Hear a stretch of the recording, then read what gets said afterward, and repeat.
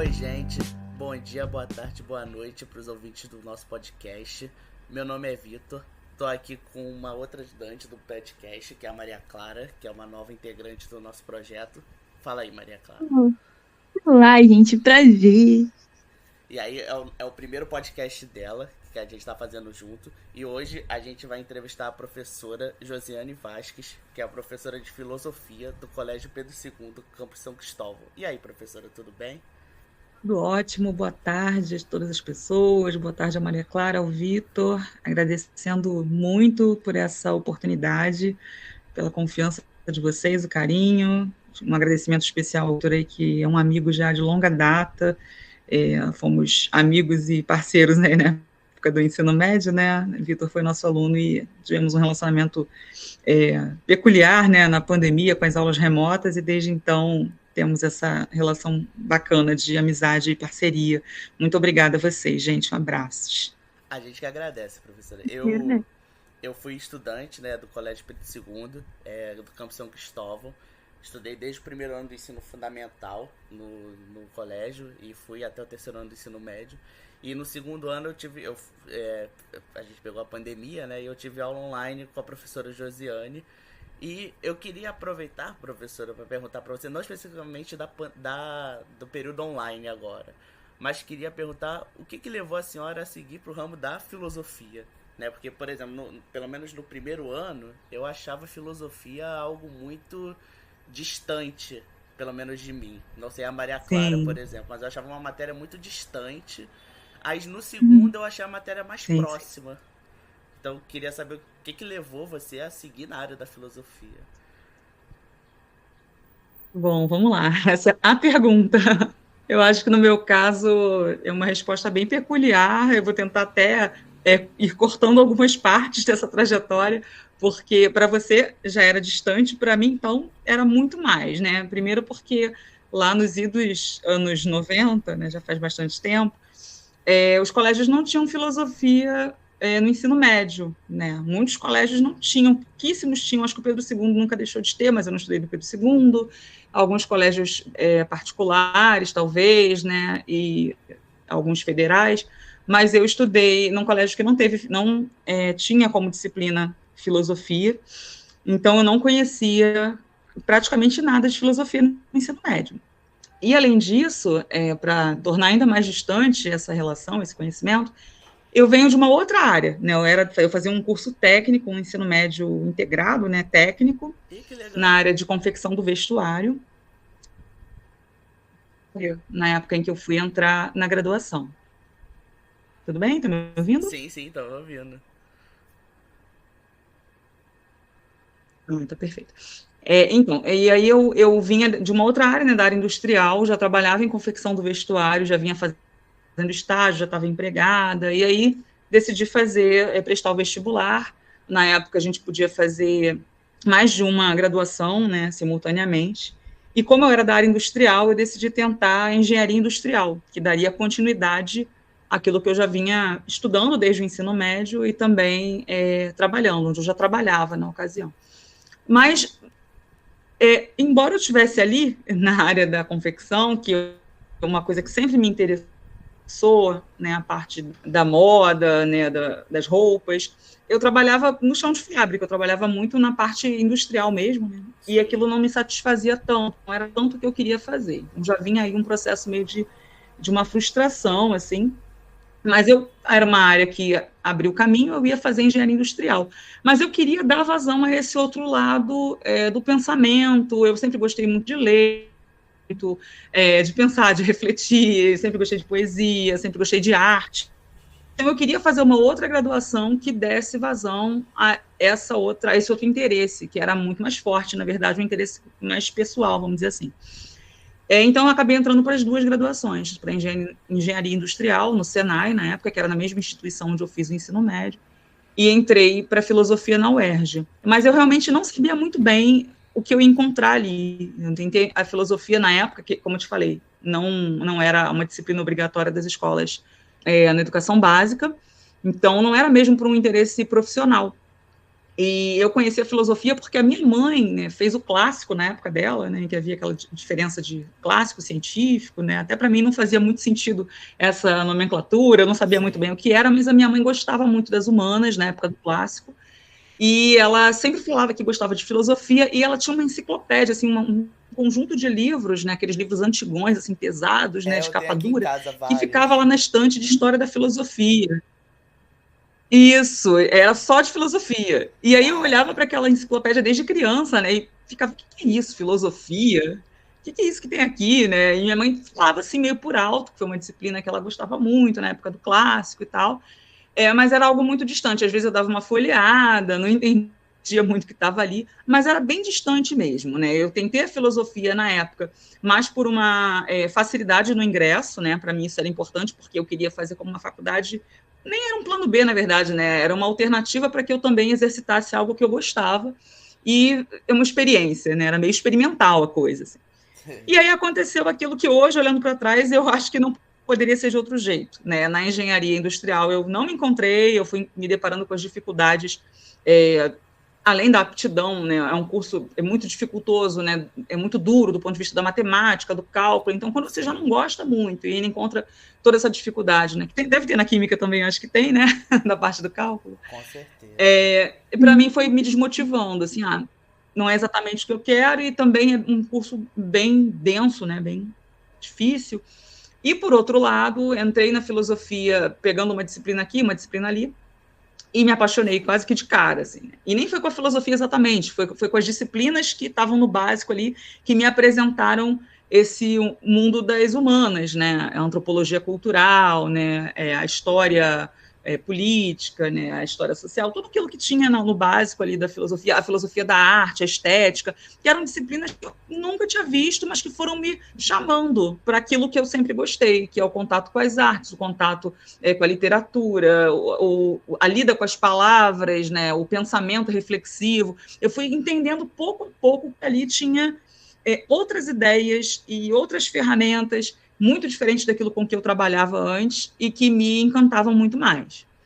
E aí eu cheguei na filosofia meio que por acaso, né, convidada ali pela enciclopédia da minha mãe, convidada ali por uma aptidão que eu nem sabia muito bem para onde eu sabia, não sei, lá no fundo, né, fui sendo levada por alguma tendência, alguma intuição, alguma coisa que me levou e aos poucos, semestre a semestre, eu fui gostando cada vez mais e acabei ficando. Então foi assim. Eu achei muito interessante isso que você Sim, falou, porque você é uma pessoa que veio da área técnica e foi pra filosofia, porque são dois mundos totalmente distantes. Eu achei muito interessante, porque, por exemplo, Sim. por mais que eu faça química, né? É raro encontrar esse Sim, projeto. porque por mais que eu faça química, né? Eu não sei a Maria Clara. A Maria Clara, ela fez técnico, não foi? Se eu não me engano. sim, eu sou técnica em plásticos. Então, ela fez técnico em plástico onde a gente estuda. Só que eu, por exemplo, não sei, o professor Antunes ainda tá no CP2 de química, você conhece? Sim, Então, sim. ele me deu aula no segundo Claro. ano, deu aula do conteúdo de radioatividade. E a professora Pamela também, né, que foi professora. Inclusive, ela me deu alguns livros de que quando eu comecei a faculdade eu estudei pelos livros que ela me deu nas matérias de química. Só que eu nunca. Eu falava com ela, professora, eu gosto de química, mas eu não gosto da parte do laboratório de química.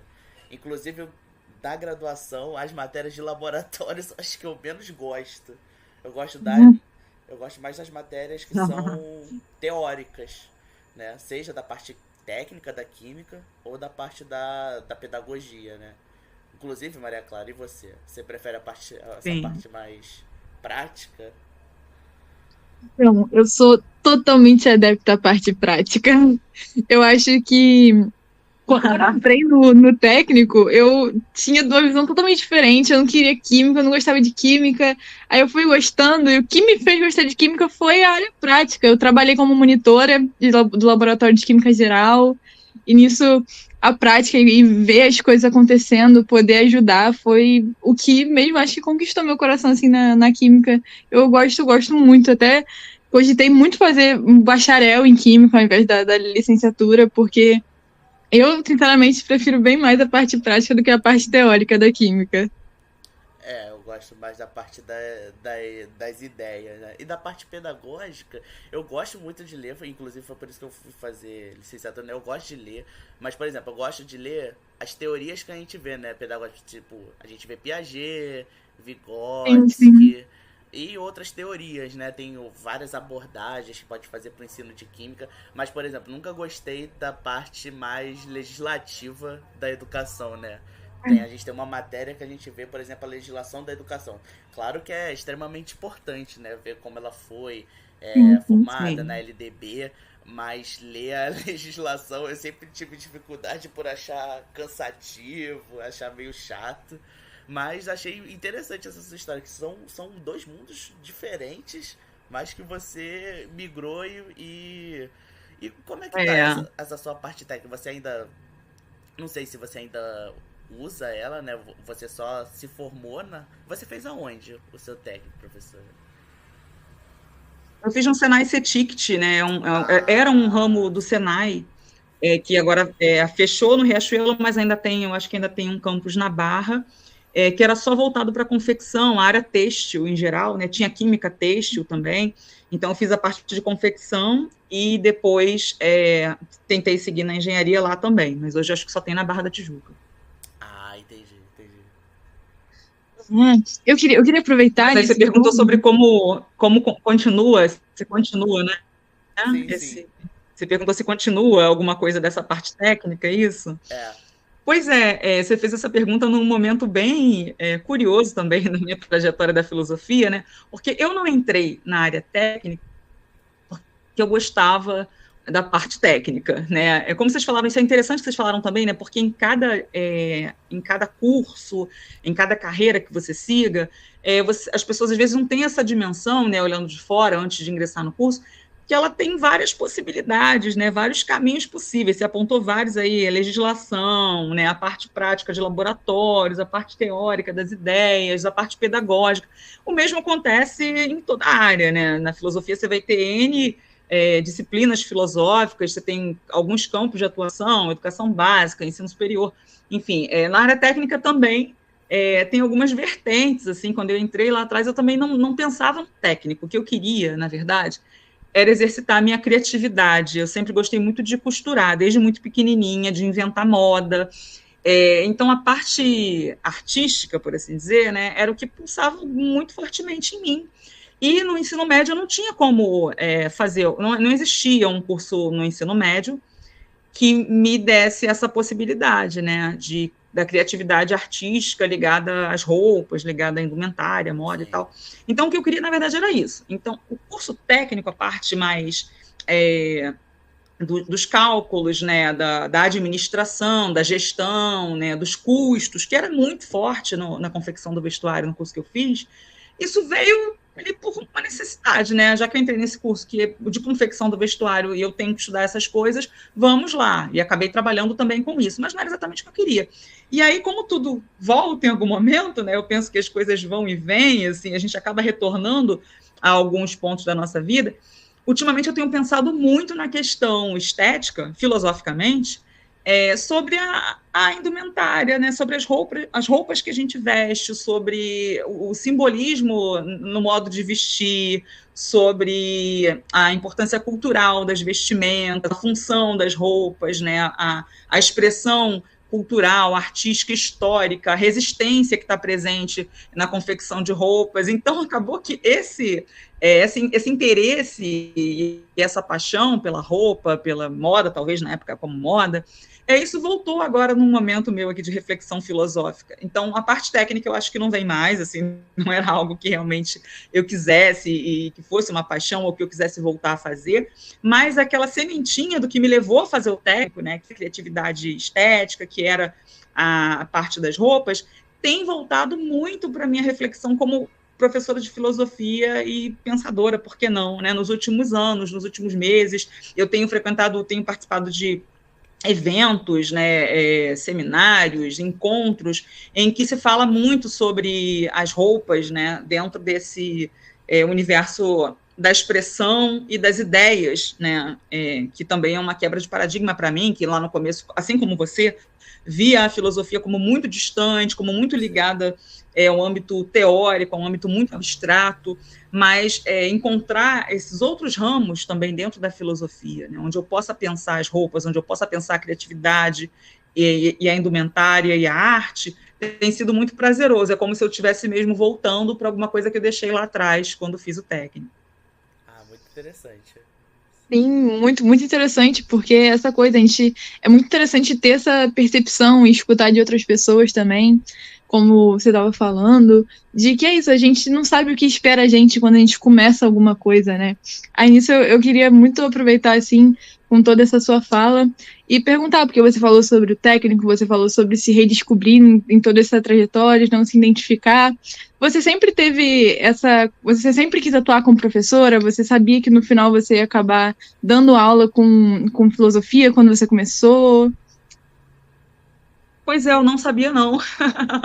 Esse é outro caso interessante, muito curioso, que é um caminho meio dual, assim, às vezes meio contraditório também na minha vida, né? Porque lá também, na época do ensino médio, assim como vocês, né, passaram e passam por isso na graduação, a gente tinha aqueles momentos de apresentação de seminários, né, dos trabalhos apresentados oralmente, e eu era uma pessoa, ainda sou, uma pessoa muito tímida, muito introvertida. Na época eu tinha bastante insegurança, e isso era meio que reconhecido já pelos colegas de turma, de curso. Eu tinha uma grande amiga que ela dava risada, ela falava, não, é impossível, você não consegue apresentar um seminário, apresentar um trabalho, você se trava, chega a ser engraçado, né? Era até um motivo, assim, uma coisa que me deixava um pouco constrangida, mas enfim, eu era muito travada, muito tímida na época do ensino médio. E quando eu fui fazer a filosofia, como falei para vocês, não havia a obrigatoriedade da filosofia na educação básica, então essa carreira, né, da licenciatura, ela era muito restrita, quando eu ingressei no curso lá em 98 na UERJ. Mas aí, na verdade, estava numa virada, né? Um pouco depois, a filosofia entrou como disciplina obrigatória. Mas quando eu entrei, não era um horizonte. Eu não pensava, era mais para dar essa vazão ao que eu queria pensar, né? Ao que eu queria também trabalhar, que eram os textos, que era a história, que era a arte, a cultura. Eu queria, de alguma forma, ter contato com esses conhecimentos, me expressar dentro desse universo, né? Mas não era uma meta, não era um objetivo me tornar professora. E ali a gente podia fazer, na UERJ, né, acho que ainda é assim, a licenciatura e o bacharelado. A gente podia escolher um dos dois, ou poderia fazer também os dois. E eu comecei pensando em fazer as duas coisas. Mas aí, lá na frente, eu comecei a estagiar, por uma necessidade também, porque eu comecei a fazer a graduação trabalhando, né? Eu continuei trabalhando na confecção e estudava à noite, depois, enfim, alternava os horários, fazia uma bagunça ali para tentar manter o curso, mas começou a ficar pesado, né? Porque você vai avançando no curso, o curso vai ficando mais dificultoso, mais pesado, você começa a pensar em trabalho final, né? O volume de leitura é muito grande, na filosofia também, muita leitura, vai ficando mais difícil, e eu já não estava conseguindo mais trabalhar em confecção ao mesmo tempo. Então, eu deixei o emprego, pedi ele uma ajuda, né, ao meu pai, assim, o suporte era bem difícil, né, minha família sempre teve bastante dificuldade, éramos 3 irmãos, o meu pai sempre também trabalhou com bastante dificuldade, e aí eu pedi para sair, pedi, pai, você me auxilia e tal, ele, não, tudo bem, você para de trabalhar, eu vou te dar algum suporte, mas era difícil, e aí eu consegui, participei de uma seleção, de um programa de extensão que havia na UERJ, que era o programa de leitura da UERJ, Ler UERJ, que não, acho que não existe mais, né? Tinha acabado, não sei se regressou, mas acho que não voltou, não, acho que não existe mesmo. E aí, quando eu entrei no Ler UERJ, era um programa de extensão em que a gente trabalhava com a leitura e com a literatura também, em ambientes, em instituições parceiras, né? A gente fazia rodas de leitura, fazia atividades de divulgação de literatura em hospitais, em maternidades, em creches públicas, na Universidade da Terceira Idade, e aí era essa atividade do programa. Ali eu comecei a ter um contato mais próximo com as pessoas e uma primeira experiência de educadora, por assim dizer, né? Porque aí a gente já contava histórias, a gente tinha que promover debates, a gente tinha que acessar as pessoas, né? Ainda era meio embrionária, assim, uma coisa muito inicial, mas eu comecei a ver como era, né? Levar um conhecimento que você adquire na graduação para pessoas que estão fora do universo universitário, né? Do âmbito ali acadêmico. E eu comecei a gostar também daquilo, do contato com as pessoas. E também por uma necessidade, né? Eu pensei, quando a filosofia entrou como disciplina obrigatória, eu pensei, poxa, é mais uma área em que eu vá conseguir trabalhar, né? Também era uma necessidade prática, assim, eu preciso trabalhar e eu acho que fazendo a licenciatura é mais um campo que se abre. E aí tudo foi se combinando, do meio do curso para o fim, eu fui abraçando a licenciatura, depois acabei não concluindo o bacharelado, ficando só na licenciatura, fui fazer o estágio de prática, fiquei 2 anos e pouco no Ler UERJ, que era esse programa, cada vez mais me comunicando mais com as pessoas, cada vez mais lendo, né, outras coisas, não só filosofia, mas lendo bastante, tendo contato com outras áreas de conhecimento. Era um programa interdisciplinar também, então tinha muita gente ali fazendo outras licenciaturas, e esse diálogo também era importante. E isso acabou me levando para dar aulas inicialmente no Estado. Eu terminei a graduação e veio um primeiro curso que eu fiz, que foi para o Estado, né, para a Secretaria de Estado de Educação aqui do Rio de Janeiro. E aí eu passei nesse primeiro concurso. Praticamente não fiquei ali sem trabalho, né, entre o fim da graduação e o meu primeiro trabalho como professora. E dali para frente a coisa foi se consolidando, assim. Mas não foi acontecendo, na verdade. Foi acontecendo, mas foi acontecendo de uma forma, eu digo que é contraditório, né? Porque além dessa primeira dificuldade, dessa timidez, de N questões na minha vida, dessa coisa de vir de outra área, por outro lado, aconteciam coisas nessa trajetória que iam me mostrando o meu caminho e que também iam me fazendo me encantar por lidar com as pessoas, por aprender, ter que aprender cada dia mais, né? Porque eu acho que o professor talvez seja uma das profissões em que a gente precisa estar constantemente se renovando, aprendendo, né? Se cada vez mais aprimorando, né? Tentando se atualizar. Então, foi uma coisa muito gostosa. Ah, muito interessante. Eu queria perguntar, professora, aproveitando que você falou sobre isso, se se você viu uma barreira muito grande entre você levar os conteúdos da filosofia para essas escolas, né, fazer essas intervenções com os alunos, igual a gente, por exemplo, a gente vê, pelo menos, a gente vê muito isso na área das ciências em geral, né, mas química e física, pelo menos a gente vê muito isso, uma barreira muito grande do conhecimento científico e o aluno, por exemplo. Inclusive, aproveitar para falar, queria até perguntar para Maria Clara como é que foi essa experiência para ela. Eu eu não era um aluno de falar muito no ensino médio. Por mais que eu falasse nas aulas online, né, as matérias que me interessavam eu falava. Mas no primeiro período, né, da graduação, a gente tem uma matéria que é uma professora de psicologia que é a professora Gabriela Salomão. Ela dá uma matéria de contemporaneidade, subjetividade e práticas escolares, né, que é o nome da matéria. Então ela é nessa matéria que a gente começa a ver algumas teorias da educação e ver um pouco dessa questão mais da sociologia na educação, né? E tem uma matéria específica disso também. Mas por que eu tô falando disso? O trabalho final dessa disciplina é a gente ir no CIEP, que se eu não me engano, o CIEP que eu fui foi o de Jardim Primavera. A gente tinha que dar aula de um conteúdo de química para os alunos, de qualquer jeito que você quisesse. E aí eu pelo menos eu gosto da parte da radioatividade, e depois que eu fui descobrir que o que eu fiz com eles, com os alunos, né, foi uma ideia de trazer uma abordagem CTS para os alunos, né? A abordagem CTS, que é inclusive que eu procuro para o meu TCC, é você fazer uma conexão entre ciência, tecnologia e sociedade. Mostrar como a ciência impacta na tecnologia e essa tecnologia impacta na sociedade. Que inclusive foi um movimento que surgiu depois que teve, né, as bombas, né, que foram tacadas nas cidades japonesas no final da Segunda Guerra.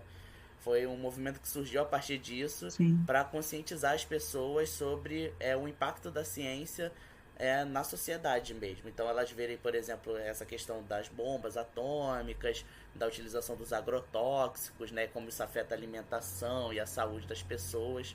E pelo menos eu vi uma barreira muito grande, porque os alunos veem algo como muito distante deles, né, e ficam, não sei se também a turma, né, no dia eles estavam de recuperação, né, eles estavam lá para fazer prova de recuperação, então não sei se é algo mais, né, que possa tem isso, né, ou também porque tem uma barreira mesmo, né, de levar esses conteúdos para os alunos. Aí eu queria aproveitar, além de perguntar isso para a senhora, né, perguntar para a Maria Clara sobre se ela tem essa percepção também, né, porque ela fez esse trabalho, né, que é um trabalho do primeiro período. Isso, inclusive, acho que foi... Nossa, acho que eu nunca estive tão nervosa, porque foi o meu primeiro contato com sala de aula.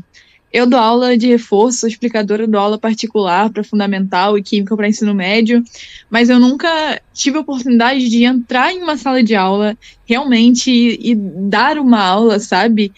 A gente falou sobre a química dos fogos de artifício, a gente levou experimentos e, diferentemente da sua turma, da turma que você pegou na época, a turma que a gente pegou estava muito animada, eles participaram muito, e eu saí de lá simplesmente encantada, porque eu não tinha tanto essa noção de como é a sensação desse contato, sabe? De conseguir saber que no final, porque a gente questionou no final o que eles tinham aprendido, coisas que eles não sabiam, sabe? Que eles descobriram nessa aula, assim, entre aspas, e eles falarem, tipo, que ia chegar em casa e vou contar pra minha mãe essa coisa sobre os fogos de artifício, de conhecer sobre os fogos de artifício silenciosos também, que foi a coisa que a gente falou, e acho que eu tive esse impacto, assim, eu fiquei muito impactada e muito feliz, e essa coisa deles terem uma realidade muito distinta quando a gente liga a ciência com o cotidiano, é muito verdade, porque eles tiveram esse impacto,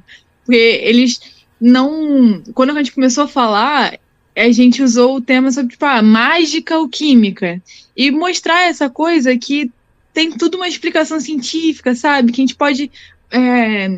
como é que é, sabe, tipo,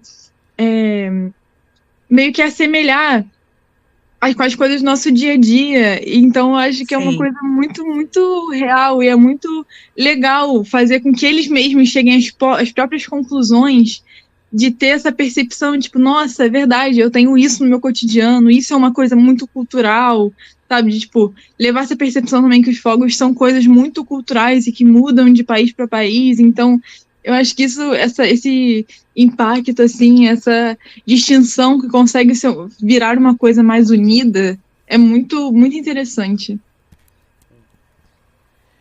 Então, muito bacana. Eu acho que o que a Maria Clara falou, ela trouxe um ponto-chave. Eu respondo ou você quer acrescentar, Vitor? Não, eu ia perguntar para você mesmo. O que você acha disso? Sim, eu pegando o gancho da Maria Clara, que eu achei muito boa a colocação dela, porque quando a gente, eu acho que não sei se com todo mundo, comigo foi assim, né, mas uma tendência que eu observo também, às vezes, em alguns colegas, né, mas a gente sai da graduação com tudo muito fresquinho, né, na cabeça, mas com uma linguagem, né, muito científica, né, com um olhar, assim, muito academicista, cheio de conteúdo ali, né, mas sem saber muito bem como levar aquilo para mais perto de pessoas que não são daquele curso, né, são alunos de 15, 16, 18 anos, que não vão fazer química, não vão fazer filosofia, não estão ali, não estão apaixonados por aquela disciplina, né, talvez depois vão descobrir, mas naquele momento não sabem nem do que você está falando. Então, realmente, tem uma distância ali, né? Você acabou de sair, você está feliz, se formou, sabe um monte de coisas, está com tudo ali pronto para explicar, para ensinar, mas numa outra camada, assim, né? Numa distância, assim, muito... E eu entrei relativamente jovem, muito jovem, tão jovem assim, mas eu tinha 23 anos, né? Quando eu comecei a dar as aulas no ensino médio, então era bem, bem próxima, assim, à minha idade, da idade de alguns estudantes, né, no ensino, né, nas escolas estaduais, no turno da tarde, assim, então a garotada tinha a idade mais ou menos regular, ali certa, né, E aí eu falava coisas que parecia que realmente não faziam muito sentido, né? Um pouco essa distância que o Vitor tinha falado lá do primeiro ano dele, né? De falar lá dos gregos, e querer fazer uma coisa muito dentro daquela caixinha, né? Querer fazer uma coisa muito parecida com objetivos, metodologias, com características muito próprias daquele âmbito ali, né? Daquele meio em que as pessoas dialogam sobre aquilo o tempo inteiro, que todo mundo conhece aquilo que você está falando e tal. E aí, no começo, essa inexperiência, né, talvez, e esse afã de levar a matéria e tal, com muito conteúdo, de uma forma muito quadradinha, me atrapalhou bastante. Assim, eu levei alguns anos no começo ali, sofrendo, assim, pela dificuldade, às vezes, de ter uma posição em que, às vezes, você precisa, né, se sentir um pouco mais segura e que os estudantes também te vejam ali como, de certa forma, um professor. Pode ser bom, às vezes, ser muito jovem, que gera uma identificação, mas, no meu caso, eu sentia que eles não me viam muito ali como aquela figura que ia conduzir, ia apresentar os conteúdos e tal. Acabava ficando uma coisas, né, com questões de disciplina, assim, no começo foi bem difícil, mas acho que um pouco por isso, né? E aí o que aconteceu que mudou? E que tem tudo a ver com o que a Maria Clara disse, né? Eu fui fazer a pós, né, fui fazer o mestrado, aí saí do estado, larguei uma primeira vez, um pouco por isso também, eu não sabia bem se era aquilo que eu queria, ficava triste porque não conseguia fazer a coisa funcionar do jeito que eu achava que tinha que funcionar, mas fui fazer o mestrado, né, aí fui fazer com bolsa do estado e tal. E aí, quando eu voltei para o estado, que depois eu voltei, a minha trajetória toda assim, né, e trancava a faculdade, voltava para a faculdade, fazia técnico e fazia filosofia, depois sai do estado e vou para o estado, a coisa toda meio na corda bamba, meio contraditória, mas caminhando. E aí, quando eu voltei para o estado depois do mestrado, eu voltei para uma escola noturna, o turno da noite, né, uma escola estadual também mais próxima da minha casa, só que era à noite. E à noite eu encontrei um outro público. À noite eu entrei pessoas bem mais velhas, trabalhadoras, trabalhadores, né? Alguns estudantes mais jovens, mas, no geral, pessoas que enfrentavam outros desafios, que tinham N questões, dificuldades, lacunas de formação, que estavam estudando fora da idade que é considerada, né, a idade correta para aquela série, para aquele segmento. E ali eu me deparei com um baita desafio, que parecia ser uma dificuldade, mas eu considero que foi uma grande virada, assim, acho que foi o momento em que eu pensei, não, eu quero realmente continuar fazendo isso aqui, eu quero continuar sendo professor e dar aulas, porque eu tive que trazer mais para perto dessas pessoas, ali não tinha opção, assim, ali não era, né, a escola dentro daquele modelo, né, que a gente pensa no ensino docente, que vão fazer o vestibular, não. Ali eu tinha pessoas que queriam se formar, queriam continuar seus estudos, mas que tinham vivências muito diversas, né? Era uma pluralidade, cada um com as suas dificuldades, e só faria sentido falar de filosofia ali se eu aproximasse a teoria do cotidiano, como a Maria Clara falou muito bem, né, do cotidiano daquelas pessoas. Se eu aproximasse, se eu assemelhasse, como a Maria Clara falou, né, aqueles conceitos, aquelas teses, aqueles textos, né, ainda que isso fosse em algum momento diluir um pouco, né, aquilo que eu queria tanto trabalhar, na sua integralidade, naqueles conteúdos, ainda que fosse diluir, ainda que fosse simplificar em alguns momentos, mas eu precisava que fizesse sentido para as pessoas. E aí, ao tentar lidar com essa dificuldade, inventar métodos, atividades, abordagens, né, avaliações, que fizessem sentido para aquelas pessoas dentro de cada cotidiano, dentro de cada realidade, a coisa começou a fluir muito melhor. E aí eu comecei a aprender ali que só faz sentido se for contextualizado, né, se tiver próximo ou relacionado com as vivências das pessoas. Ali mudou bastante e aí começou a fazer mais sentido para mim também. Isso que você falou, né? Porque eu percebi isso, eu já tinha percebido isso no começo da faculdade, né? Porque geralmente quando a gente faz algum experimento, né, alguma coisa que aproxima mais do cotidiano, né, algum experimento relacionado ao cotidiano do aluno, ele fica mais preso àquele conteúdo, né, de interesse. Mas isso, por exemplo, né, que eu falei da filosofia, dela ser meio distante, eu percebi, eu me aproximei mais dela esse período não, que, né, que o nosso período a gente volta às aulas amanhã, mas Sim. eu me aproximei um pouco da filosofia esse período passado, né, que período passado eu fiz uma matéria optativa de história, tópicos de história da química, né, então a ideia, claro, não era ver toda a história da química, né, até porque não dá, mas no começo, né, a gente começava vendo sobre alquimia, né? E aí eu percebi como a química, e não só a química, né, mas a ciência em geral, era muito próxima da filosofia.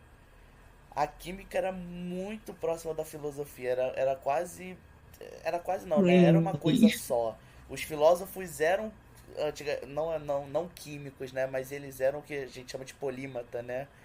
Que eles sabiam de tudo um pouco, né? Sim. Então, nossa, era algo muito próximo, né? Então tem a teoria dos elementos, né? Dos quatro elementos, que aí explicava algumas coisas da ciência. E a alquimia mesmo era muito próxima da filosofia, né? Tanto é que tem uma parte, lá mais pro final, né? Da época da alquimia, antes dela desaparecer, né? Ou ser soterrada, né? Pelo conhecimento científico atual entre aspas, né? Que é do século XVIII. Quem fazia isso eram os filósofos, né? E além disso, ela Sim. era. Como é que era? Ela era muito ligada também à religião, né? Então eu percebi isso e falei, nossa, a filosofia não tá tão distante de mim como tava no ensino médio, né? Porque no ensino médio me aproximou mais a questão do segundo e do terceiro ano, né?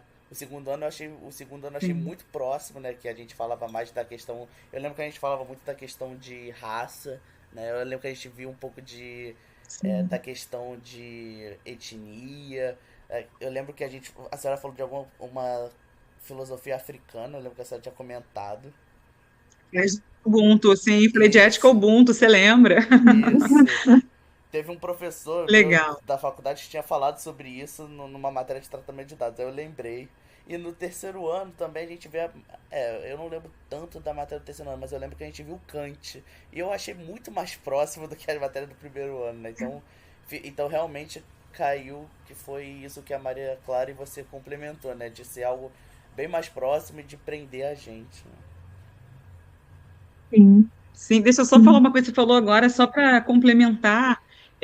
O caminho inverso também acontece, né? Eu também via lá as ditas exatas, né, e as ciências, como algo distanciado, né? Apesar da filosofia ter essa conexão que você percebeu muito bem, no tempo em que eu fiz a graduação, a filosofia ficava muito mais num campo de abstração, de teoria, a gente não tinha Sim, tanta conexão assim, falava-se, né, historicamente, apontava-se algumas coisas, mas não com tanta ênfase, mas aí também, a disciplina que eu tinha mais distanciamento na época da educação básica, do ensino médio, era física, né, aí já era o inverso, né, eu tinha dificuldade, eu não via muito sentido naquilo, e aí eu me casei com um físico, né? Aconteceu, todo mundo conheceu meu marido que é físico, me casei com um físico. Né? A gente brinca aqui que é o físico e a metafísica, né? E aí, dialogando com meu marido, na época que a gente era namorado ainda, dialogando com ele sobre as nossas formações e tal, eu fui percebendo que a física também estava muito mais próxima da filosofia do que eu pensava, né? sim, E ele falava da parte teórica, né?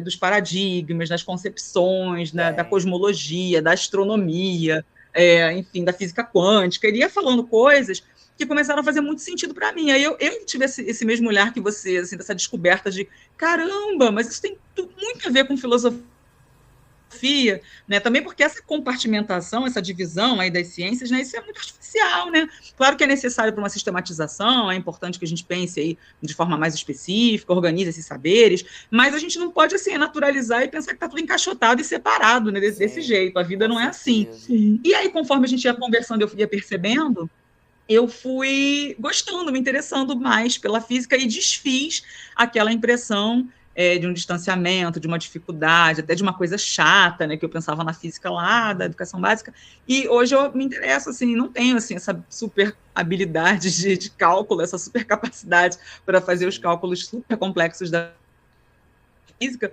mas já entendo bastante coisa da parte teórica e me interesso bastante, gosto de ler os textos, né, quando se fala de física, porque essa proximidade com a filosofia, né, como você disse, ao longo da história e na vida, é muito evidente, né, quando a gente abre os olhos e percebe que as coisas estão todas interligadas e que essas interlocuções e interligações, elas são inseparáveis, elas estão aí. Então, é isso.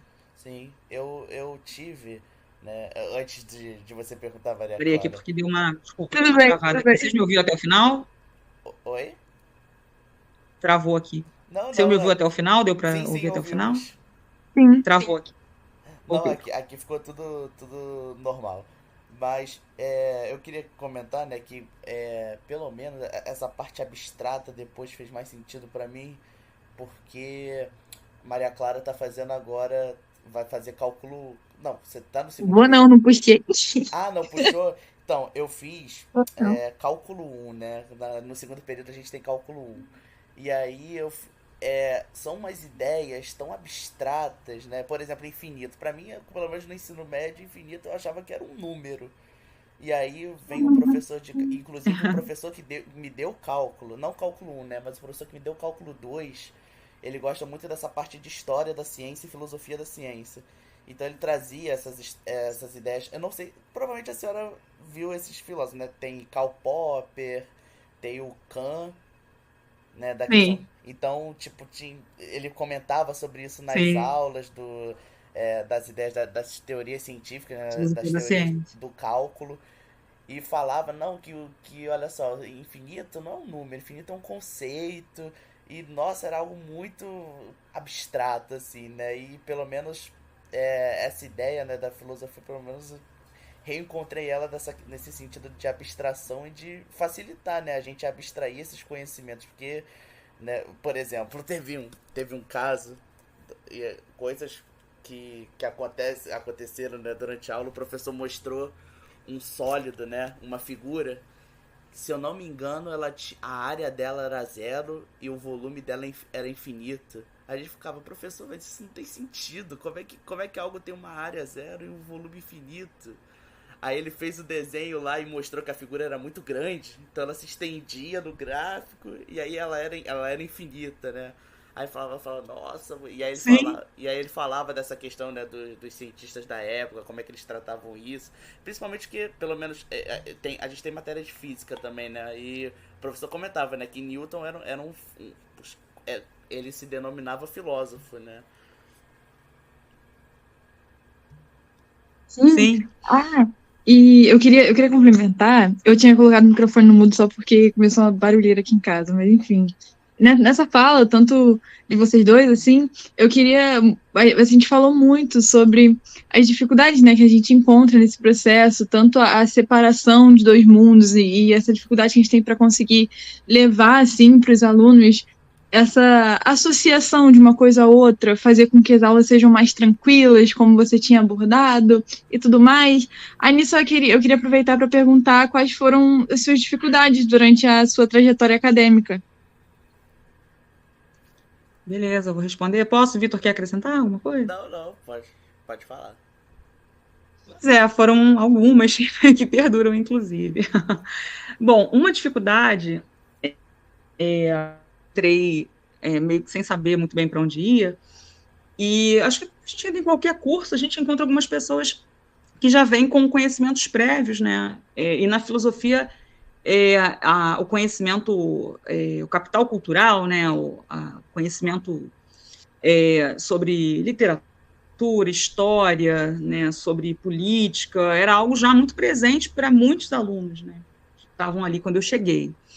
E eu vinha da área técnica, vinha de escola pública, sempre estudei em escolas públicas, né? Então tive algumas lacunas na minha formação, né?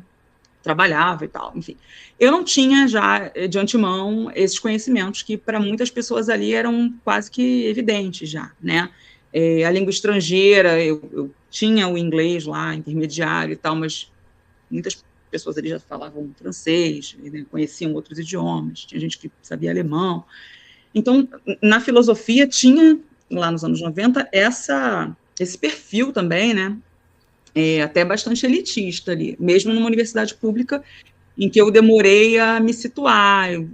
Muita coisa que era dita ali, né, que se supunha que eu já soubesse, talvez eu não sabia. Então, essa primeira dificuldade impactou bastante. Apesar de eu gostar muito dos conteúdos do curso, das disciplinas, eu ia caminhando ali devagar, né, sem saber muito bem onde eu estava pisando e tendo que suprir ou lidar ali, né, um jeitinho, lidando com aquelas dificuldades, com aquelas lacunas. Uma outra dificuldade também,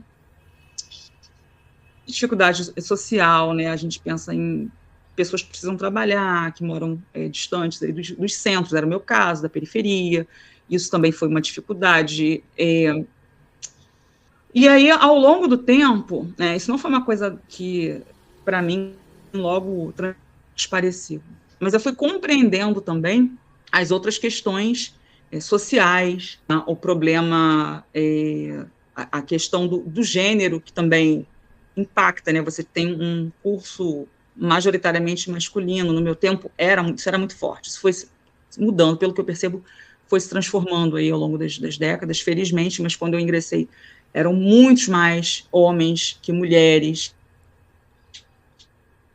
Eu não estudei nenhuma autora, né? Então, essa falta da representatividade, da presença feminina, é algo que não foi imediato. Assim, eu não percebi isso de cara e demorei muito a me dar conta de que isso também era um obstáculo e que isso também gerava questões, né? Bem tardiamente que eu fui lendo e revendo tudo isso, né? A questão da raça, né? A filosofia como um curso muito, muito branco, né? De muitas pessoas brancas, e essa dificuldade de encontrar os seus pares ali, né, ou referências à cultura, referências à sua história, né, aquilo que te constitui como sujeito, como pessoa. Isso também foi tardio, né? Eu fui percebendo depois o quanto isso me fazia, muitas vezes, me sentir deslocada em diversas situações e em diversos estudos que eu fazia ali que não tinham essa proximidade. A gente falou tanto aqui de uma proximidade com o cotidiano, né, com a história e com a vida de cada um. Para mim era bem distante também por esses elementos aí que a gente não pode desconsiderar, mas que eu fui tomando consciência deles e compreendendo bem posteriormente também, né, especificamente na filosofia, cujo perfil do curso também se alterou bastante nas últimas décadas, felizmente. A gente tem muito mais mulheres, muito mais pesquisadores e pesquisadoras pesquisando as filósofas, a gente tem a presença das filosofias africanas, afrodiaspóricas muito mais forte. Isso foi mudando, mas no meu tempo, assim, zero, né? Zero autores não europeus, autoras, nenhuma autora, nenhuma filósofa, né, na minha época, né, da periferia, mulheres, pessoas negras, eram uma minoria, assim, bem minoritária mesmo. Isso é uma dificuldade também importante de relatar. E as dificuldades que a gente também mencionou aqui sobre a escolha da trajetória profissional, né? Não saber muito bem como direcionar, ou onde aquilo vai te levar, aonde aquilo vai te levar.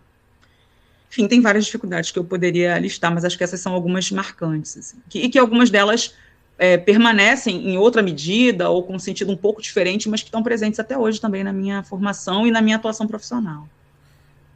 No primeiro período, a professora de Química Geral, ela abordava muito esse tema, de falava que a área das ciências é uma área muito masculina, só que hoje em dia a gente vê bem mais mulheres no curso, inclusive tem curso que tem turmas, né, que entram, não sei esse período agora, né, pelo menos eu tinha recebido a notícia do tutor do nosso projeto que ia entrar 50 pessoas agora na graduação, na licenciatura em Química, lá no IFRJ.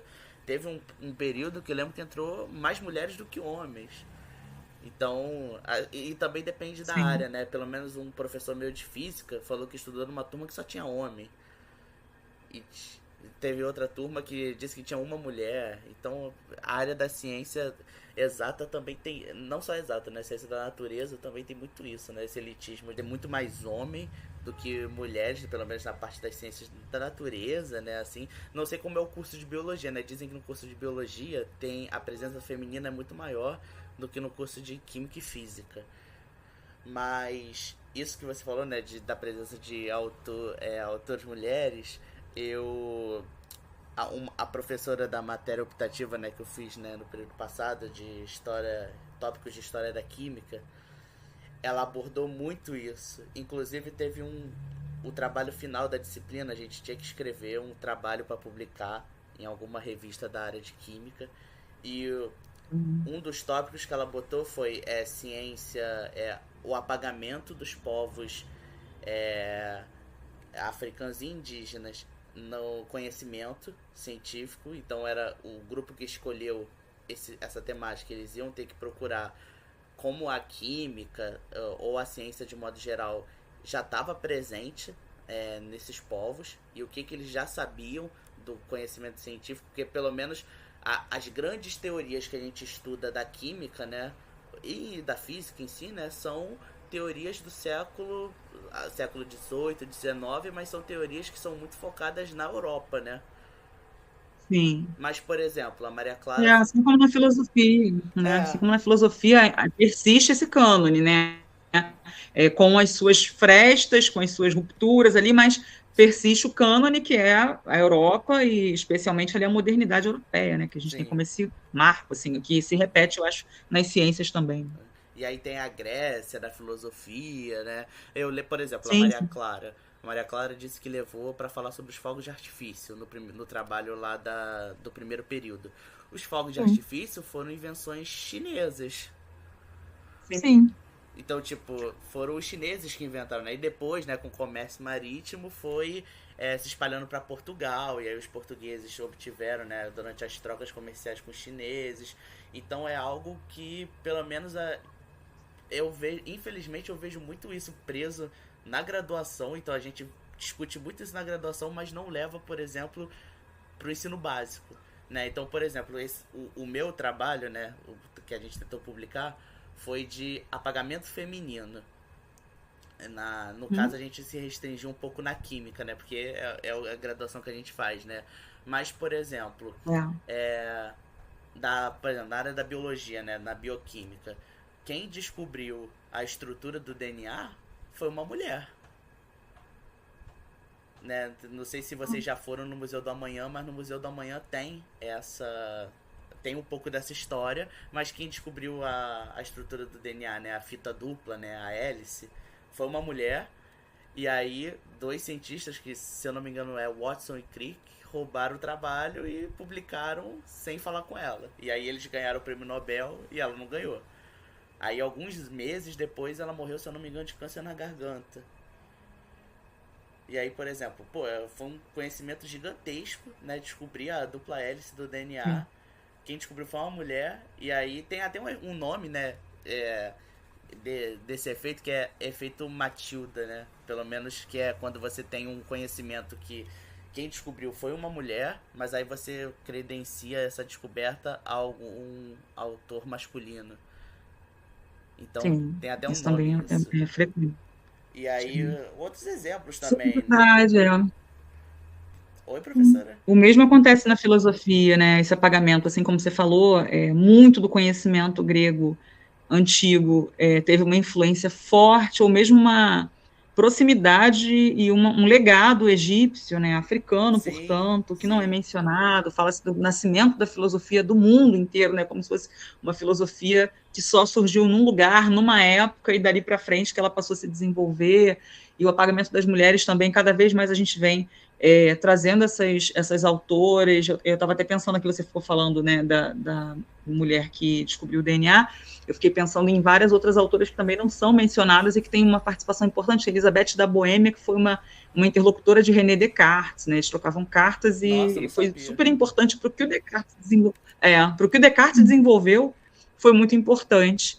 Né? Aí tem Hipátia de Alexandria, que eu também costumo levar para as aulas, e que, apesar do apagamento, ela também tinha uma influência na época muito, muito importante, muito marcante para políticos, né, religiosos. Ela teve ali uma produção e uma relevância, e várias outras, né? Fala-se mais das contemporâneas, mesmo assim pouco, né, de Simone de Beauvoir, Hannah Arendt, que são mais mencionadas, mas na Antiguidade, na Idade Média, tem várias pensadoras que também trabalharam juntamente com pensadores que depois ficaram renomados, né, e elas foram esquecidas, ou que tiveram suas produções autorais também com relevância e influência na época, mas foram se apagando, sendo apagadas, né, ao longo da história. Isso é muito marcante na filosofia também, ciências. Pois o povo egípcio, né, que você tinha falado, a gente tem, eu propus, né, pro tutor do nosso programa, um subprojeto, né, chamado Cápsula do Tempo.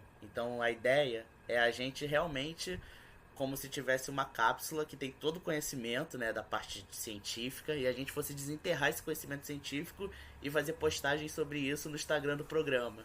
E a primeira postagem que a gente fez foi sobre produção de bebidas alcoólicas. Aí pode ser cerveja, hidromel, né, cachaça. Quem produzia cerveja, antigamente, os principais registros, né, de arqueologia e tal, era dos egípcios. Inclusive o pão. Muito, muito interessante. Também, né? As pessoas eram pagas, né, as que construíram as pirâmides, né? Pasme a pessoa que está ouvindo o podcast, como diz o meu irmão, né? Que ele gosta de ver aquele programa da TV Alienígenas do passado, que não foram os alienígenas, né, que construíram as pirâmides. Num artigo que a gente leu da Optativa, fala que as pessoas que trabalharam na construção das pirâmides eram pagas em cerveja e pão. Olha, Que doideira, na né? cervejaria Boêmia, lá em Petrópolis, né, na história da cerveja, eu me lembro que fala-se disso também, assim, dessa presença, da importância, né, dos egípcios Sim. na elaboração da cerveja e tal. Isso não é muito conhecido também. É. Mas é só para fazer uma brincadeira aqui, eu estou achando que esse curso de Química de vocês está super interessante. São fogos, bebidas alcoólicas, dá para fazer uma festa. Sim. Muito, muito próximo, assim, né, da vida. Muito bom. Sim. Isso é interessante, né? Porque são coisas que são do dia a dia, mas, por exemplo, a pessoa não sabe, né? Por exemplo, nessa postagem mesmo que a gente fez das bebidas alcoólicas, muitas pessoas pensavam que a cerveja surgiu na Alemanha. E, pô, Sim, não. né, vira o senso comum, né, aquela coisa superficial, uma convenção quase, né, cultural, assim, e aí se perde, né, como vários outros alimentos e várias outras tecnologias, né, Sim. que vão se perdendo aí, ou intencionalmente vão sendo apagadas, né, na verdade. O próprio perfume, né, a segunda postagem que a gente fez foi sobre os perfumes. Os perfumes não são recentes, né? Tem registro do perfume de mais de 8 mil anos. E aí os perfumes, né? Por exemplo, quem produzia os perfumes, né? Tinham os árabes. Pô, a pessoa vai pensar provavelmente que é da França. O perfume, né? Sim. Então é algo Sim. que não é só focado na Europa, né? A própria África mesmo, antes da gente ir para outro tópico, a África é um livro de química geral. Eu não estudei por esse livro, né? Mas nesse livro tem uma menção que a África, claro, né? Às vezes, atualmente, né, a gente vê como um continente muito pobre, né? Mas a África era extremamente rica, né? Antes da questão da exploração, né? Da divisão dela na Primeira Guerra. Mas antigamente lá eles produziam materiais metálicos, né? Espada, escudo, essas questões de armas de guerra, pô, eles produziam, e não só isso, né? Fazer barras, né, de ferro, eles faziam isso com coisa que os outros países não conseguiam fazer, né? Outras potências, por exemplo. Aí no livro, né, tem o exemplo, né, que eles tinham fornos, não, claro que o forno industrial hoje, né, tem uma carcaça metálica, né, que para evitar trocas de calor, mas, por exemplo, antigamente eles faziam com argila. E aguentava, muito legal isso que você falou. Aguentava altas temperaturas, né? Sim. Essa tecnologia, né, do ferro, né, que foi trazida também ao Brasil por muitas pessoas escravizadas que trouxeram. Isso também não é mencionado na história que a gente aprende. Lá na exposição sobre os povos bantus, que está no Museu no Mar, no Museu de Arte do Rio, essa exposição eu recomendo muito, que é muito bacana. Tem um vídeo, né, entre as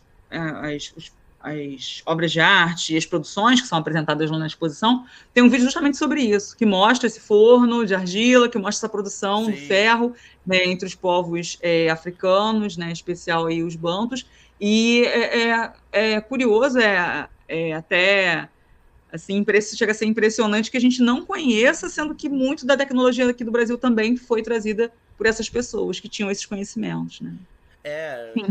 o trabalho que a gente leu na optativa, eu não lembro o nome do artigo, mas eu posso até mandar para a senhora depois, porque como ele é da parte de ensino, né, ele não tem tanto da parte técnica da química, mas Bacana. ele fala que é, muitos ferreiros africanos foram trazidos para o Brasil e quem produzia as questões da mineração, né, por exemplo, as picaretas da Era de Ouro, né, na corrida do ouro, ou mesmo as enxadas na questão da cana-de-açúcar, quem produzia eram os ferreiros africanos, que eram melhores que os ferreiros portugueses. Sim, que conheciam, né? Tinham essa tecnologia. É um apagamento muito grande mesmo. Muito bacana pensar e trazer isso para fala. Um ponto que eu acho muito importante, que você citou até sobre o Museu do Mar, é como a gente tem visto em centros culturais essa conscientização sobre os povos, sobre a antiguidade, para mostrar a verdadeira história. Isso eu acho uma coisa que eu acho muito legal. Muito legal, Maria Clara. E muito bacana também para a gente desconstruir aquela ideia de que a escola se encerra ali entre os muros, né, da instituição, do colégio, né, do campus onde você está, ou mesmo a universidade, e estender, né, a educação para a sociedade como um todo, pensar nesses outros espaços educativos que a escola deve visitar, deve incentivar, e as pessoas como um todo devem compreender, né? A gente precisa construir essa percepção de que você pode agregar ao seu saber escolar, né, dialogar com as instituições, ir a um museu, a um centro cultural, a um espetáculo, a uma peça teatral, e que isso vai trazer também um olhar mais amplo e vai dialogar, às vezes desconstruindo ou mesmo contestando, às vezes acrescentando, enriquecendo, essa dinâmica da educação que precisa ser pensada de uma forma muito mais ampla do que aquilo que é dito e praticado apenas dentro da sala de aula por uma única pessoa, que é o professor ou a professora, falando coisas que são inquestionáveis, imutáveis, né? Claro que isso também vem se transformando, mas eu penso que a educação ainda é muito engessada quando a gente pensa aqui, né, em termos da nossa realidade, das escolas do Brasil, escolas públicas e do que a gente faz na universidade. A gente ainda repete práticas que eu acho que podem ser transformadas no sentido de ter um significado e uma conexão muito maior com a sociedade, né? Com a vida das pessoas. Sim. Com certeza. Aí, aproveitando esse assunto que a gente estava comentando sobre cultura e tudo mais, a gente estava vendo um pouco, né, sobre as suas especializações e tudo mais, e aí a gente queria saber se você podia contar um pouco mais sobre a sua especialização em relação à parte étnica racial. Inclusive foi no Pedro II, né? Foi. Isso é muito gratificante trazer também esse relato. Eu acho que já transparece nas minhas respostas aqui, né, como ter essa vivência, né, que está encarnada em mim, na minha origem, na minha família, mas essa vivência acadêmica e essa formação que eu pude ter no Colégio Pedro II, como isso também traz um outro olhar. Depois que o Vitor me convidou para participar aqui, dialogar com vocês, eu comecei a pensar nessa trajetória. É engraçado que a gente vai revisitando. Vai acontecer com vocês. Deve estar acontecendo já, mas vocês são bem jovens. Vai acontecer com vocês. De vez em quando a gente volta e repensa, seja porque você vai apresentar um trabalho, porque você vai participar de uma entrevista, de um podcast, você repensa o teu caminho, né? Desde lá de onde você saiu, o que você fez, não fez. E essa interpretação, essa retrospectiva, o sentido dela também vai se transformando. Assim, não é sempre a mesma leitura que você faz de si mesma, né, e daquilo que você escolheu, daquilo que você fez. Eu fiquei pensando pra caramba nisso hoje cedo, e tem muito a ver com essa formação, né? Como eu falei para vocês, algumas dificuldades, algumas questões que eram muito fortes na graduação, nos meus estudos acadêmicos, elas só foram se revelando, de fato, com o passar do tempo, né? Com o meu estudo, com a conscientização, com o diálogo com as outras pessoas, com as vivências, com as oportunidades ou as não oportunidades que iam surgindo no caminho, né? Tudo isso vai com as discriminações que a gente sofre, ou com as validações, com as parcerias, né? Você vai começando a entender melhor que trajetória é essa. Aí, quando você olha para trás, você olha diferente, né? Cada vez que você olha para trás, você reconstrói esse caminho, mudando um pouco as peças aí, o sentido das coisas. E o Pedro II, ele, para mim, foi um divisor de águas mesmo, né? Eu trabalhava no Estado, como eu falei, a experiência com a educação de jovens e adultos no Estado, na rede estadual, foi muito marcante, foi uma virada, foi quando eu comecei a entender que eu precisava atuar de um outro modo, né, pensar em outras estratégias, atribuir um outro significado para o ensino de filosofia. Ali foi, eu penso que quase que um estágio probatório mesmo, né, de fato. Mas aí, quando eu entro para o Colégio Pedro II, eu já tinha passado pelo Cefet como contratada, ali eu já tinha encontrado um pouco dessa realidade das escolas federais, que é muito diferente das escolas estaduais, municipais, assim, é bem diferente em vários aspectos. E aí, no Pedro II, essa consciência racial, né, essa consciência de ser uma mulher negra, né, acadêmica, periférica, de ter me deparado com esses apagamentos e com essas ausências, né, tudo isso vai se tornando muito mais evidente, porque o Colégio Pedro II é uma instituição bastante complexa, né, que também traz muitos desses traços de exclusão, às vezes de um certo elitismo, de um certo conservadorismo em algumas questões, em algumas estruturas, mas que é muito pulsante também de questionamentos, de projetos, né, de pessoas que querem transformar, de estudantes que têm muita voz, que são muito engajados, de colegas professores que trazem projetos incríveis, né, de desconstrução dessa caixinha na qual a educação brasileira é tão engessada. E aí, ali, pouco a pouco, eu vou sendo convocada. No Pedro II, ali, quando eu entro, eu vou sendo convocada, né? As pessoas começam a me dizer, vem aqui, vem participar de um evento aqui sobre relações étnico-raciais, vem falar sobre a sua experiência como professora negra. E eu olho para mim e penso, mas o que eu tenho a dizer sobre isso? Né? Será que eu vou saber falar sobre isso? E ninguém nunca me perguntou sobre isso, para eu falar desse lugar aqui, de onde eu estou. Né? E aí você tem uma formação continuada. Vamos fazer um curso aqui, a gente vai oferecer um curso sobre pensadoras, filósofas. E aí eu conheço, assim, sei lá, dezenas de mulheres que eu nunca tinha ouvido falar, naquele curso oferecido pelo colegiado de filosofia, pelos colegas, pelas colegas. Então, o Colégio Pedro II vai fazendo isso florescer de uma forma muito bonita. Eu sou muito grata ao Pedro II, assim, é uma instituição na qual eu também enfrento as minhas questões, encontro muitas dificuldades, mas me ensina profundamente assim, sobre quem eu sou e sobre a professora que eu desejo me tornar e que eu venho me tornando.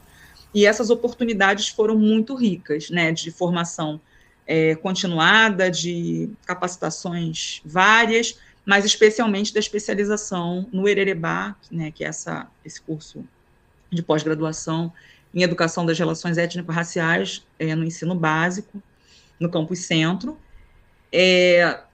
com o qual eu me deparo no momento em que eu já tinha percebido tudo isso que eu falei para vocês, né? O Pedro II já tinha me despertado para tudo isso de uma forma mais evidente. Eu já tinha notado que eu tinha uma carência, uma lacuna de formação, uma necessidade de dar vazão, de dar voz a outros saberes que fazem parte de quem eu sou, que fazem parte de onde eu venho. Tudo isso já vinha se mostrando muito, e aí eu tomo conhecimento desse curso e decido fazer como aluna, né, inicialmente. E ali, de fato, as coisas mudam muito, porque aí eu penso, é possível, não só possível, como quase que uma necessidade mesmo, fazer diferente, né? Sendo eu a pessoa que eu sou, porque cada um vai trazer a sua trajetória, cada um vai trazer o seu olhar, a sua leitura, e eu preciso trazer um pouco disso que eu experimento na vida, né? E que eu percebo. E de pessoas também que pensam de forma mais parecida, ou que vêm de um lugar mais parecido com o meu. Então, ali eu conheci muita coisa, muita gente, comecei a pensar a filosofia de outro modo, consolidei, na verdade, já vinha com algumas questões, mas ali eu aprendo muito, muito, muito sobre o que é ser brasileira, mulher, negra, na filosofia, na educação, e ter um público também, estudantes, que são majoritariamente afrodescendentes, e que também não encontram muito disso que os constitui como pessoas na educação, que precisam encontrar, né? E foram saberes preciosos, as autorias africanas, afrodiaspóricas, a forma de trabalhar o saber, de apresentar outras dinâmicas de aula, outros conteúdos, pensar o corpo, né, a corporeidade, pensar a música, a dança, a arte, os sentidos como um todo, a afetividade, o afeto que se tornou para mim um tema de investigação, né, que parecia tão distante da filosofia lá, e ao mesmo tempo não, porque nos momentos em que eu precisei criar estratégias, era a afetividade que vinha me dizer e me mostrar e me conectar com as pessoas, né? Como que eu devo fazer isso ou aquilo afetivamente. E hoje eu pesquiso afeto no ensino de filosofia, muito por conta do TCC da pós. Então é muita gratidão, assim, realmente ter estudado no Irerebá foi muito crucial, e hoje eu trabalho como professora também no Irerebá. Hoje eu faço parte do corpo docente, que essa retribuição, eu entendo dessa forma, né, como uma retribuição a um curso que tanto me enriqueceu e me ofereceu, e encontrar com pessoas que me chamaram o tempo todo, vem fazer, vem participar, às vezes parece um evento, até brinquei hoje também aqui de novo, vocês me chamaram, eu já estava aqui nervosa, como falei com a Maria Clara, estou nervosa com o marido. Eu sempre aceito, e depois fico me perguntando por que eu aceitei. Olha, gente, eu tô nervosa aqui, passando mal, por que eu aceitei? Mas é isso a vida toda, né? Aí uma colega te chama, vem falar com a gente, vem participar da semana do ensino decolonial, vem participar falando da tua experiência como docente negra, vem falar dos alunos e tal. E aí toda vez eu vou, e toda vez eu fico nervosa, e toda vez a gente dialoga. E é isso, assim, eu acho que mudou mesmo o fluxo desse rio, assim, né? Do que eu penso que é ser professora de filosofia, professora da educação básica, do que eu penso que é ser uma professora negra no Brasil. Então, é muita riqueza e, ao mesmo tempo, um desafio grande de aprender muita coisa que eu não aprendi, né? E de topar esse risco, né? De acertar e errar e de estar constantemente me reconstruindo. Eu acho que é por aí, gente. Mas tentando resumir, porque é muita coisa. Não, é muito interessante, porque eu percebi isso, pelo menos quando eu fui ver isso, né, no Lattes, né, você tinha falado, eu lembrei das aulas que você dava no segundo ano, porque eu olhei dessa especialização e falei, pô, muito a cara do que ela falava no segundo ano, que era dessa questão de etnia, de raça, né, muito ligado a ideias africanas. Aí eu falei, nossa, tudo a ver com o que aconteceu no segundo ano, né? Nessa parte da Bacana. filosofia. E isso que você falou do corpo, né? Isso da gente ser desafiado. Eu fiz uma optativa, eu não lembro qual período foi, mas foi de psicologia da educação. Aí essa professora, né, que é a mesma professora que leva a gente para fazer o trabalho no primeiro período nas escolas, ela faz um trabalho no Degaze. Se você conhece. Então ela faz um trabalho, né, nesse lugar dos jovens, né, que fizeram algum crime, né, isso vão pra lá, né, e a gente fez um trabalho, né, justamente de química com o corpo, e a gente escreveu um trabalho que foi pro ENEC, que se eu não me engano, é o Encontro Nacional do Ensino de Química, que é um trabalho que fala a gente usa o passinho, que é uma dança típica da favela, né? Então a gente usa o passinho para explicar sobre estados físicos da matéria. Então, para falar de sólido... Gente, aqui é uma festa, eu tô com inveja de vocês. Então a gente fez um trabalho sobre isso, e eu vi, eu falei, nossa, que desafio juntar pelo menos a parte da dança com essa parte da química, né, da física também, né, eu fiquei, nossa, que desafio que é, e também uma desconstrução, né, de ensinar dessa forma, né. Sim. E aí eu queria... Isso, né? Pode falar. São esses desafios que eu acho que constituem a atuação como professora, como professor mesmo, né, de você topar constantemente, se rever, se reconstruir, se atualizar, estudar e pensar se aquilo faz sentido do jeito que está sendo apresentado, pensar se há conteúdos que você está deixando de lado e que poderiam ser riquíssimos para aquele público que se atende, que poderiam trazer uma nova perspectiva, e, enfim, são muitas coisas que estão ali constantemente em jogo, né, na prática da educação. Sim, concordo. E professora, para finalizar, eu queria perguntar para você, né, antes da pergunta final, sobre o seu doutorado, porque a senhora falou, né, que fez mestrado e aí fez doutorado, e diz, né, no seu lado que você fez doutorado sobre a filosofia de Nietzsche. sim. né? E aí eu fiquei lembrando, né? Porque eu não lembro se eu vi Nietzsche no segundo ano ou se foi no terceiro com o Foi no Bernardo. terceiro, provavelmente, foi no terceiro. Mas É uma matéria que geralmente é vista no terceiro ano. eu achei algo tão melancólico. O Nietzsche ele é um pensador, né? Pelo menos eu entendo Nietzsche assim, que ele apresenta caminhos possíveis ali, né? De leitura e de abordagem da obra dele, né? Ele tem momentos da obra que são de profunda melancolia, né?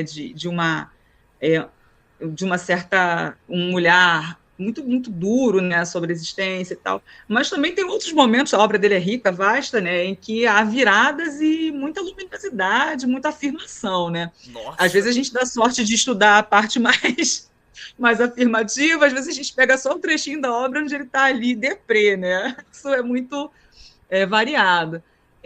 Eu, por sorte ou não sei, eu fui encontrando com esse Nietzsche mais solar, né, ao longo da minha trajetória, desde a graduação.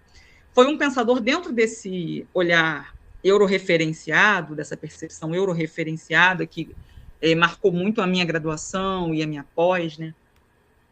Eu sempre gostei muito das questões filosóficas. Eu nunca fui uma professora, uma pesquisadora de procurar acumular muito conhecimento. Não é muito meu perfil, assim, né? Ler tudo que me aparece e admiro muito, é importante também esse componente da erudição, né? De pessoas que são que conhecem muitas coisas e que sabem muito a fundo, mas não era o meu perfil, assim, né? De querer conhecer. Mas as questões que me tocavam, elas mudavam a minha percepção e me marcavam, né?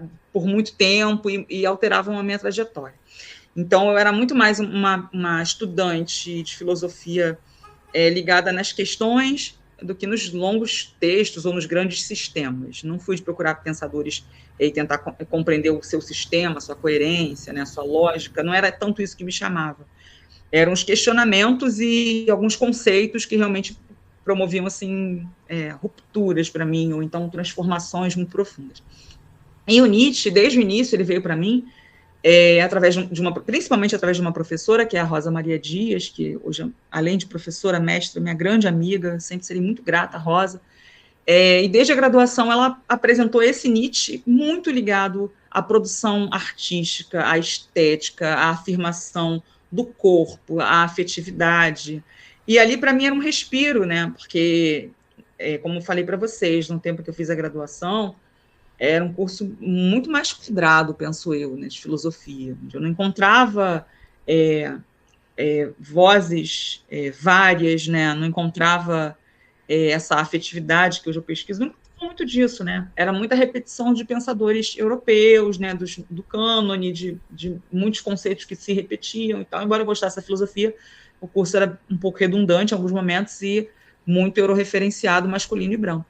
E o Nietzsche, apesar de fazer parte desse quadro também, ele é um pensador que desconstrói muita coisa, que vai criticar muito, né, retrospectivamente e contemporaneamente, e extemporaneamente, ele vai criticar e detonar muita coisa, mas vai trazer muitas questões que fazem você pensar nessa existência profundamente, né, na tua corporeidade, nas suas construções, aquilo que você elabora para o teu caminho, né, e aquilo que o ser humano como um todo, né, que as pessoas, a humanidade, vem construindo ou destruindo, enfim, ao longo da história.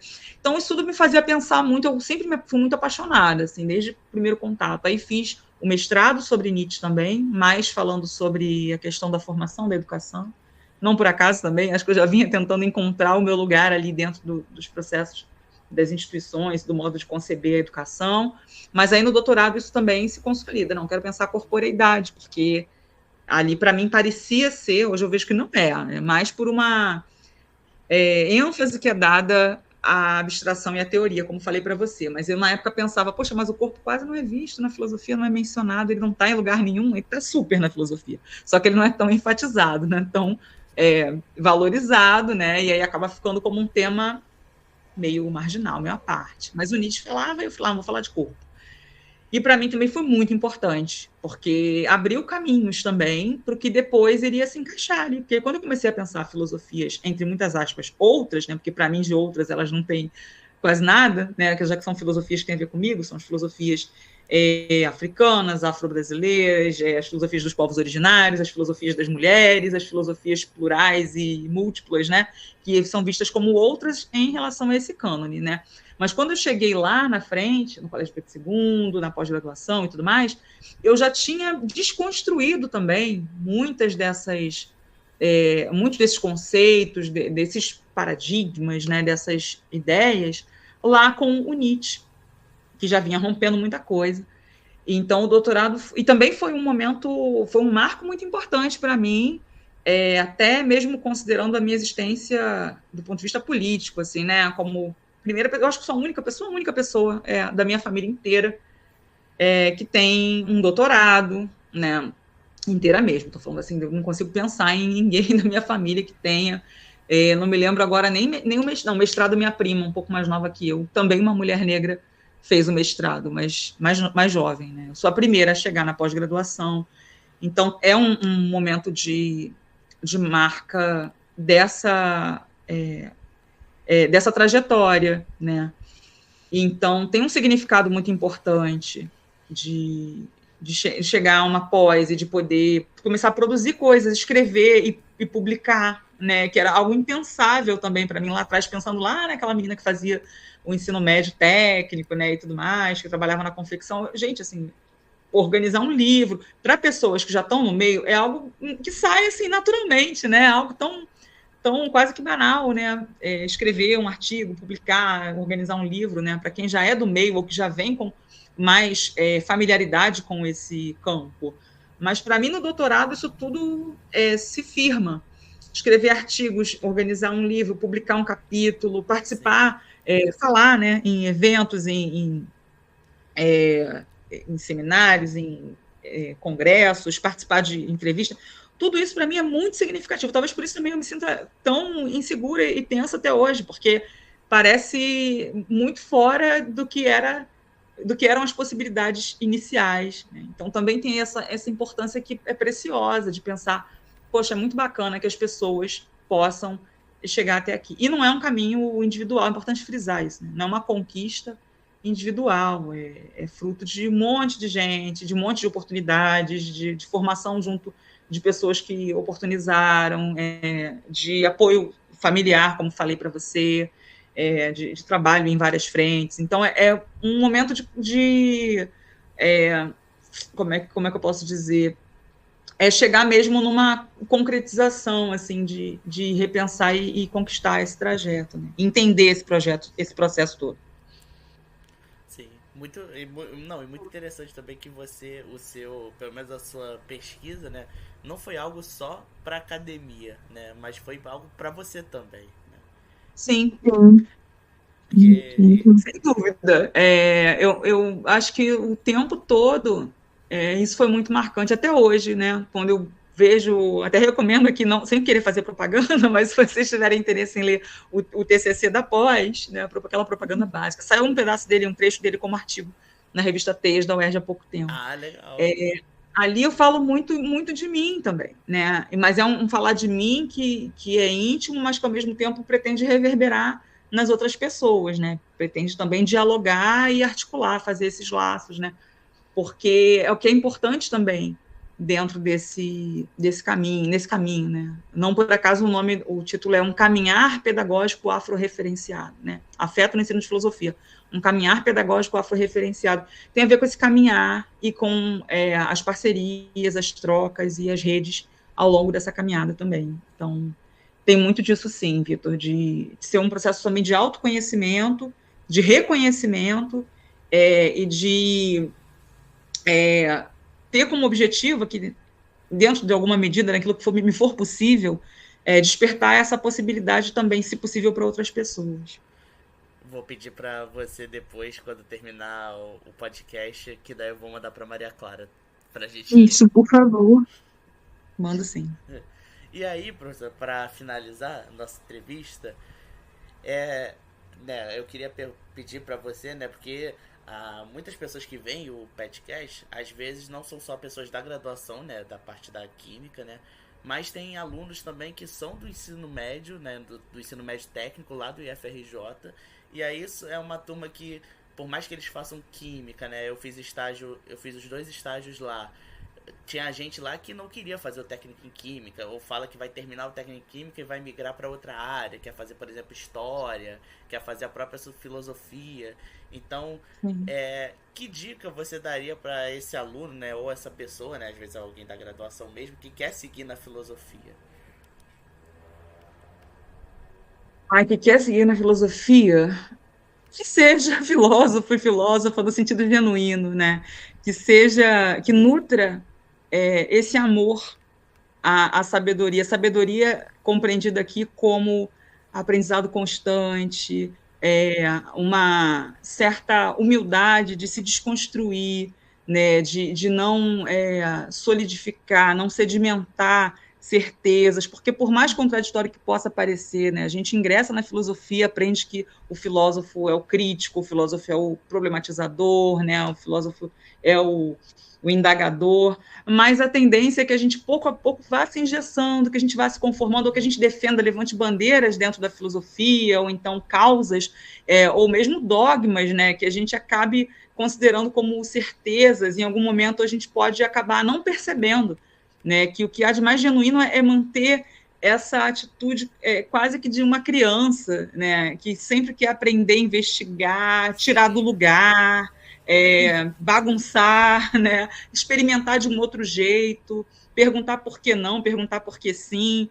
Então, isso pode ser difícil de manter, até com as demandas profissionais, acadêmicas, com a necessidade de se firmar num âmbito, né, de outros colegas, né, de oportunidades, né, de ter a sua voz respeitada, mas eu sempre vou incentivar muito que se mantenha essa centelha, assim, essa curiosidade e esse amor muito genuínos pela sabedoria, assim, por pensar e fazer algo que tenha um impacto não só para si, né, mas para a realidade à sua volta e que seja um impacto proveitoso, assim, que a gente possa fazer o melhor em algum sentido. Eu acho que é isso.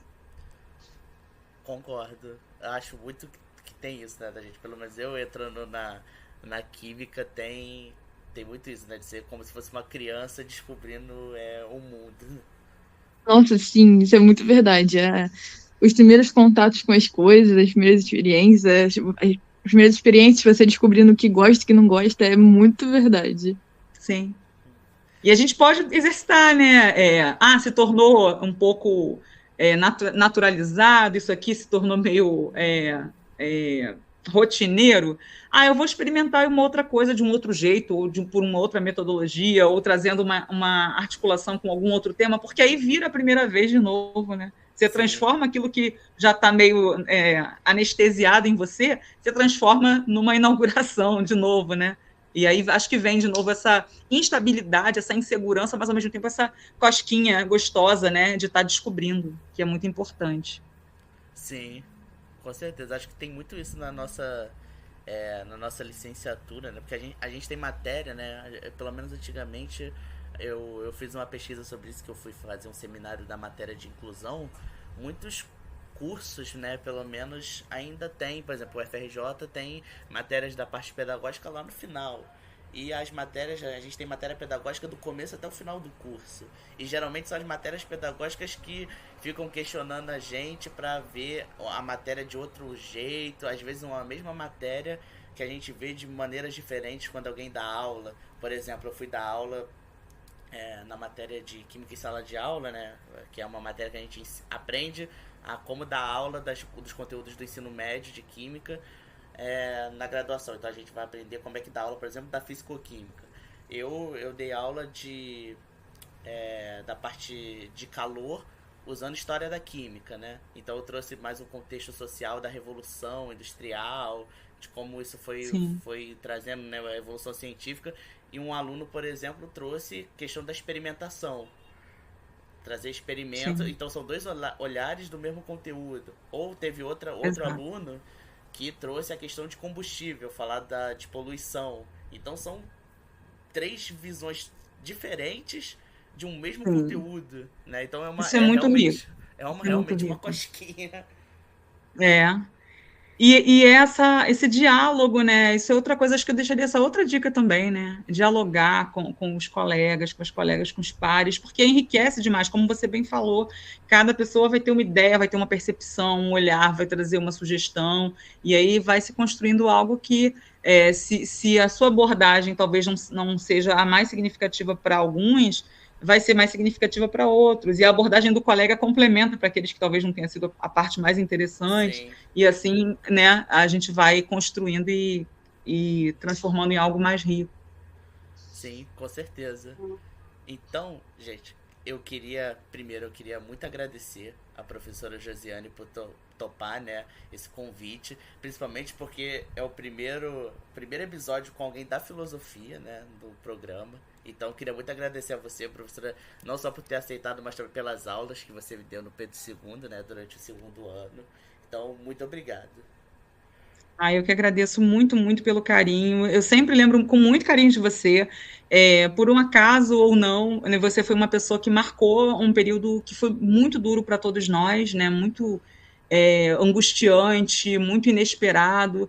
E é inesquecível o carinho, a atenção e a parceria que a gente estabeleceu ali ao longo daquele ano tão diferente, né? Tão, acho que nunca vai se repetir algo como foi aquela experiência tão dolorosa para tanta gente, mas que a gente tinha alguns momentos ali de filosofia que eram muito agradáveis e que me traziam um pouco de esperança assim nesse caminho que a gente tinha para trilhar da educação. Então, conte sempre comigo, eu agradeço profundamente, tenho um grande carinho e uma gratidão por você. Uma honra participar aqui, Vitor. Muito obrigada. Agradeço também, professora.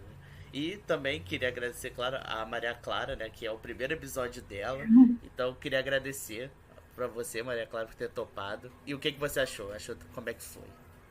Primeiramente, eu que agradeço. E, pô, eu achei muito legal. Eu nunca tinha participado de uma entrevista, muito menos de um podcast. E foi muito legal. Eu gostei muito de conhecer uma área que eu acho que eu nunca virei assim meu olhar para realmente me aprofundar e conhecer e também escutar a visão de uma pessoa que vivenciou essa troca tão distinta de áreas e tudo mais. Então foi muito, muito, muito legal. Deixa eu agradecer também a Maria Clara, então. Muito obrigada, Maria Clara. Desejar a você muito sucesso, que você continue e persista nos podcasts, participe de muitos outros, que você tenha uma trajetória muito linda na química e que você conquiste o seu espaço também como mulher na química, produza, fale, leve suas ideias, sua voz para todos os lugares e que você tenha um caminho lindo aí na vida e na profissão também. Muito obrigada pela contribuição, pelo diálogo, foi muito legal. Eu agradeço pelas palavras tão inspiradoras, de verdade. Muito obrigado a você que assistiu até agora o nosso podcast e a gente se vê num próximo episódio. Valeu, gente. Tchau, tchau. Obrigada a todas as pessoas. Beijos.